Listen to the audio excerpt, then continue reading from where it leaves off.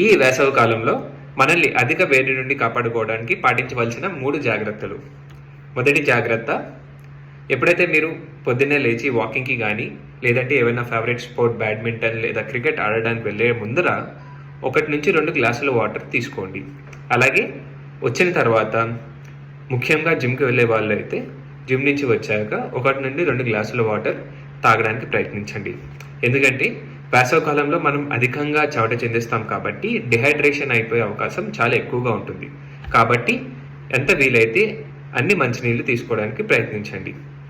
రెండో జాగ్రత్త, cool drinks బదులు మనకి న్యాచురల్గా దొరికే కొబ్బరి బొండం నీళ్ళు కానీ, అలానే ముంజికాయలు కానీ, అలానే చెరుకు రసం కానీ, అలానే కర్బూజా ఈ వేసవికాలంలో బాగా చలువ చేస్తుంది. ఇవి తీసుకోవడానికి ప్రయత్నించండి. మూడవ జాగ్రత్త, మీరు ఇంట్లో ఏసీ వేసుకుంటే బాగా తక్కువలో పెట్టుకోవడం కన్నా మోడరేట్ టెంపరేచర్లో పెట్టుకోవడం చాలా మంచిది. ఎందుకంటే మీరు ఎప్పుడైనా బయటికి వెళ్తున్నప్పుడు ఒకసారిగా టెంపరేచర్లో డిఫరెన్స్ వచ్చిందంటే వడదెబ్బ తగిలే అవకాశం చాలా ఎక్కువగా ఉంటుంది.